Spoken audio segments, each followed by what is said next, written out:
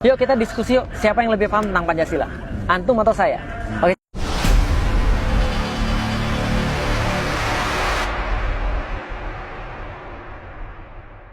Pancasila, tuduhan orang terhadap pusat anti Pancasila dari NKRI. Ya, jadi gini, siapa? Enggak, ya. Enggak. Jadi kalau tuduhan-tuduhan anti saya jelasin gini. Oke, sekarang kita mau ngetes tentang Pancasila. Saya mau ngajarin antum tentang Pancasila dengan satu diskusi yang antum bisa bawa kemanapun. Jadi kalau antum dibilang anti Pancasila, antum langsung bilang aja, yuk kita diskusi yuk, siapa yang lebih paham tentang Pancasila? Antum atau saya? Oke, coba lihat ya, gimana caranya. Jadi gini, Pancasila ada berapa sila? 5. 1. Tuhan Yang Maha Esa. 2. Adil dan beradab. Yang ketiga, Persatuan Indonesia. keempat, Kerakyatan yang dipimpin oleh hikmat kebesaran persoalan perwakilan. yang kelima, Keadilan sosial bagi seluruh rakyat Indonesia. yang paling panjang yang mana? 4. Saya nggak bahas yang pendek-pendek, nggak level, yang panjang aja. Coba ya, kerakyatan yang dipimpin oleh hikmat kebijaksanaan. Oke, sampai di situ dulu. Hikmat kebijaksanaan. Sekarang saya mau nanya, hikmat itu bahasa apa? Bahasa Arab. Oke, ada nggak hikmat dalam arti bahasa Indonesia? Ada nggak hikmat dalam arti bahasa Indonesia? Buka KBBI, Kamus Besar Bahasa Indonesia, ketik kata hikmat, Anda akan lihat artinya adalah kebijaksanaan. Berarti arti hikmat adalah apa? Oke, sekarang artiin hikmat sebagai kebijaksanaan, baca ulang. Kerakyatan yang dipimpin oleh hikmatnya diartiin, kerakyatan yang dipimpin. Ngapain ulang 2 kali saya tanya? Nggak mungkin ulama-ulama yang buat Pancasila itu redundant, ngulang 2 kali. Nggak. Al-Quran itu sangat detail. Dan yang baca terbiasa detail. Orang muslim itu terbiasa detail. Hati-hati ngomong dengan orang muslim, karena orang muslim itu terbiasa detail. Dia akan memperhatikan setiap kata itu benar. Contoh, hikmat kebijaksanaan. Nggak mungkin kebijaksanaan. Kenapa? Pasti ada maksud yang lain. Oke, kita coba lihat. Arti hikmat dalam bahasa Arab. Apa bahasa Arabnya hikmat? Wisdom dalam bahasa Inggris. Sama, kebijaksanaan juga. Berarti ada arti yang lain. Makanya para ulama pinternya adalah naruh passwordnya di kata-kata hikmat. Itu nggak mungkin bisa diartikan kalau orang nggak baca Al-Quran. Oke, coba lihat. Arti kata hikmat. Ada yang hafal surat Al-Jumu'ah ayat pertama? Sabbahalillahi mafis samawati wal ard. Bukan. Al-Malikul Quddus Azizul Hakim. Al-Malikul Quddus Azizul Hakim. Ada kata-kata Hakim. Hakim artinya adalah orang yang memiliki hikmah. Lihat baik-baik ya. Jangan bicara bahasa Indonesia dulu, karena hakim bahasa Indonesia beda. Kalau hakim bahasa Indonesia yang memutuskan perkara. Tapi ini bahasa Arab. Hakim adalah orang yang dikasih oleh Allah hikmah. Coba lihat baik-baik. Hikmah yang dikasih oleh Allah itu banyak orang dikasih hikmah. 1. Luqmanul Hakim dikasih hikmah. Yang kedua, Nabi Sulaiman dikasih hikmah. Makasih Pak. Yang ketiga, Nabi Muhammad dikasih hikmah. Dan hampir semua nabi-nabi yang lain, Yahya, Zakaria dan segala macam, dikasih hikmah oleh Allah. Kalau gitu hikmah itu apa? Hikmah adalah di dalam Islam, hikmah adalah menurut Al-Quran kemampuan yang diberikan oleh Allah Subhanahu wa Ta'ala kepada orang-orang tertentu untuk memutuskan satu perkara sesuai dengan Allah Subhanahu wa Ta'ala. Sampai di sini paham? Contoh, Sulaiman datang orang, cewek 2. Satu bilang ini anaknya, yang satu bilang ini anaknya, ibu-ibu. Maka kemudian Sulaiman bilang, dia tahu syariatnya. Tapi kalau dia terapkan syariat begitu saja, ini nggak akan beres masalahnya. Gitu kan ya? Syariatnya apa? Oke, kita bikin pengadilan.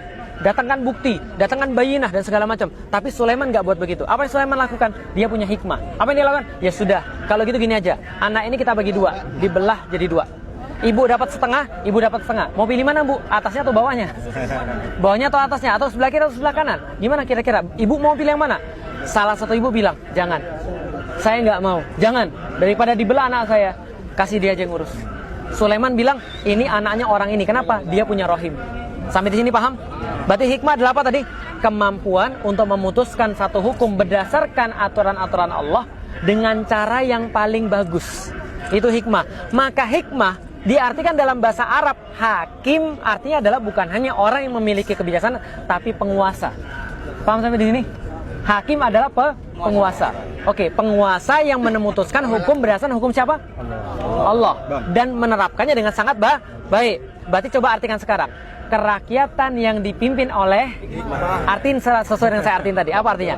Kerakyatan yang dipimpin oleh pemimpin yang melaksanakan aturan-aturan Allah dengan cara yang paling baik, bijaksana dalam permusyawaratan perwakilan. Musyawarah bahasa Arab dan nggak mungkin diartikan kecuali dengan bahasa Al-Quran. Sekarang antum mau lebih tahu daripada ulama tentang masalah hikmah? Nggak mungkin. Antum mau lebih tahu daripada ulama tentang mengartikan tentang Pancasila? Nggak mungkin, karena mereka yang buat. Karena mereka menyisipkan password itu. Paham maksud saya sampai sekarang? Berarti kemudian mau dibuat badan apapun yang mengartikan Pancasila, tetap pada satu titik mereka akan mentok. Karena hikmah artinya adalah dalam bahasa Arab, bukan dalam bahasa Indonesia. Sekarang antum coba tanya sama orang-orang yang mengaku paling Pancasila, suruh mereka jelasin tentang hikmah kebijaksanaan. Saya yakin mereka nggak bisa. Paham sampai di sini? Itu baru yang keempat loh, sila keempat. Belum sila 1, 2, 3, dan 5. Contohnya lagi. Sila kedua apa?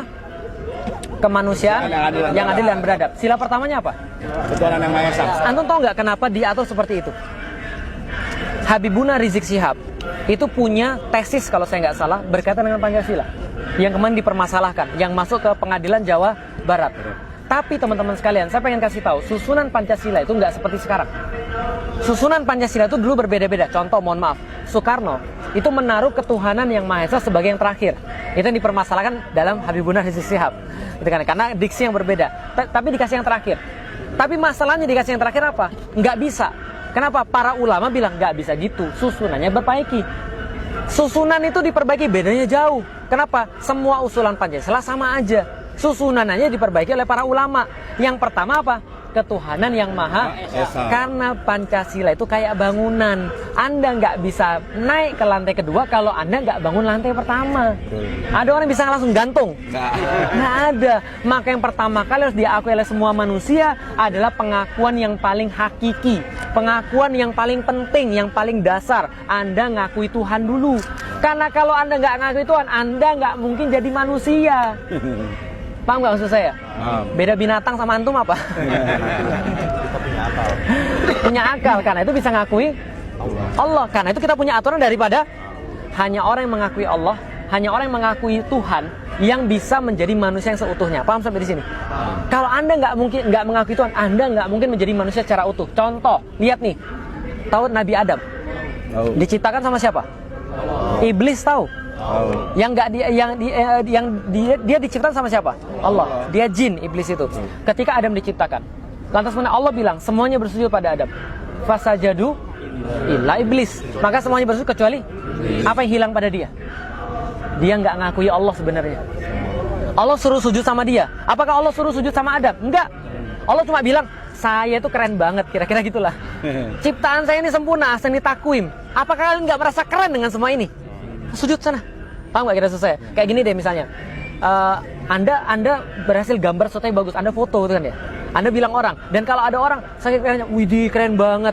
Coba lihat gini, orang yang nyetak gol di waktu-waktu terakhir Muslim, apa yang dia lakukan? Sujud syukur langsung.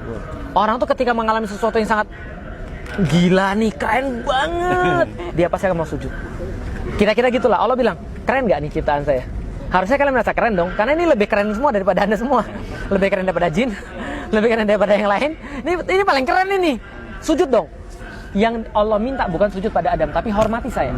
Karena saya yang minta, sujud. Iblis nggak mau. Iblis nggak mau. Yang nggak diakui adalah Allah sebenarnya. Ketika dia sudah nggak ngakui Allah, apalagi ngakui manusia. Ngapain saya sujud pada dia? Dia cuma dari tanah, saya dari api. Padahal Allah sudah bilang, kami nggak hanya jadikan dia daripada tanah, tapi kami jadikan dia daripada tanah. Kami sempurnakan dia dengan seimbangkan dia, dan kami kasih dia pada dia ruh yang menghubungkan dia senantiasa daripada kami. Paham nggak maksudnya? Artinya iblis cuma bilang, gue itu udah lama kali. Tahu nggak cerita tentang iblis? Iblis tuh pas ruku, lama bertahun-tahun. Allah bilang tambah lagi sekian tahun, mau dia. Sujudnya tambah lagi sekian tahun, mau dia. Antum pernah nggak sujud bertahun-tahun? Lah imam sebentar sujud sudah agak lama. Ya kan ya? Dia sudah suruh sujud bertahun-tahun, mau loh, nggak ada masalah. Tapi ketika manusia datang, dia nggak mengakui Allah, karena dia nggak mengakui manusia. Maka kalau ada orang nggak mengakui Allah, dia nggak mungkin mengakui manusia. Lihat PKI. PKI itu yang nggak diakui siapa? Tuhan. Maka dia ngelihat manusia tuh, manusia dipotong, disembeli, darahnya keluar. Itu sama aja kayak ngelihat ayam dipotong. Karena dia nggak pernah memanusiakan orang. Ingat baik-baik kata-kata saya. Kejahatan itu terjadi ketika antum sudah mulai tidak memanusiakan orang. Nggak usah bicara tentang agama dulu deh. Orang itu bisa jadi jahat kalau dia sudah tidak memanusiakan orang. Makanya cara orang untuk jahat pada orang-orang muslim di Suriah, di Rohingya adalah dengan tidak menganggap mereka manusia. Mereka tuh sama aja kayak binatang. Kayak monyet mereka itu, hitam. Dan kita ini adalah ras yang terpilih, mereka tuh monyet. Maka mereka bunuh manusia, itu kayak bunuh monyet. Paham nggak kira-kira saya? Perang salib. Betapa teganya mereka menumpahkan 60.000 darah orang di Masjidil Aqsa, di Baitul Maqdis. Kenapa mereka jadi setega itu? Sebelumnya mereka sudah dikasih hoax dulu. Jadi nggak usah ngajarin orang muslim hoax. Mereka yang sering buat hoax sebenarnya. Apa yang kemudian mereka lakukan? Muslim itu tukang makan anak kecil. Anak kecil itu disup. Mereka jadiin kemudian tulang-tulang dari anak kecil dijadiin sebuah kalung misalnya. Apalagi mereka mengencingi salibnya Yesus Kristus. Itu yang mereka buat sehingga mereka benci dengan orang muslim. Sehingga nyembelih orang muslim udah kayak nyembelih ayam, udah kayak nyembelih binatang. Nah, maka kalau ketuhanan yang Maha Esa itu ada, maka baru ada bisa kemanusiaan yang adil dan kalau Anda mempermasalahkan Tuhan, Anda bukan manusia. Karena pengakuan paling hakiki adalah manusia. Kalau kemanusiaan ini tidak adil dan beradab, nggak bakal ada persatuan. Lihat sekarang, gimana ada persatuan? Orang mereka buat perpecahan terus. Baru tenang sedikit sudah dibuat. Yang mana yang lebih bagus? Yang berjasa di abad ke-20, Soekarno atau Nabi Muhammad? Gila. Kadang-kadang ya ini contoh misalnya. Baru mau kita tenang dikit. Diadu lagi. Nggak ada persatuan. Kenapa? Karena nggak ada orang manusia. Karena orang nggak menghormati agama. Lah kalau nggak ada persatuan, nggak akan ada pemerintahan. Makanya kadang-kadang saya lucu. Mereka yang di atas sana, oke lah silahkan menang, nggak ada masalah. Ya ini urus dengan baik, ini rakyatmu ini seperti apa, umatmu urus dengan baik. Kita nggak ada masalah, urus dengan baik sana, paham nggak kira saya? Nah tapi masalah dibuat perpecahan sehingga nggak ada pemerintahan. Terus nggak usah pakai payung, tenang. Mereka panas, saya juga panas. Nah yang kelima, kalau sudah ada pemerintahan, baru ada keadilan sosial bagi seluruh rakyat. Itu ujung daripada maqasid syariah. Jadi kalau mau debat tentang Pancasila, ayo kita layanin ngomong berapa lama. Tapi kenapa mereka senantiasa menuduh? Antum sudah tahu, antum baca Al-Quran. Orang-orang yang benci sama Islam itu cuma punya 3 cara. Saya mau kasih tahu sama antum. Cuma punya 3 cara. Satu, yang paling pertama nuduh. Fir'aun didatengin Musa, nggak punya dalil, nggak punya pembelaan. Apa yang dia bilang? Allah, anak baru kemarin sore. Allah, kemarin kamu tuh makan duit saya, tahu nggak? Kamu tuh dulu di dapur saya kasih makan. Ngejek yang pertama. Kalau ngejek sudah nggak berhasil, nakut-nakutin. Musa, kamu masih punya kasus loh di sini. Hati-hati loh, kamu masih punya kasus loh. Kamu bisa dipenjara loh di sini. Hati-hati loh. Masih nggak berhasil yang kedua, yang ketiga, yang lain yang ditakut-takutin. Hati-hati sama Musa. Kalau kamu ikutin Musa, kamu nggak punya negara lagi. Kalau kamu ikutin Musa, kita nggak ada lagi Mesir. Sama nggak kayak sekarang? Diejek sudah belum? Sudah. Ditakut-takutin sudah belum? Orang yang lain ditakut-takutin sudah belum? Berarti sebentar lagi belah lautan. Ya tinggal tunggu yang itu aja, gitu kan ya. Ya, silakan. Anak ke pos dulu ya. Ahlan Pak Haji, silakan Pak Haji, silakan. Insyaallah. Jazakallah khairan Bang Japar, makasih.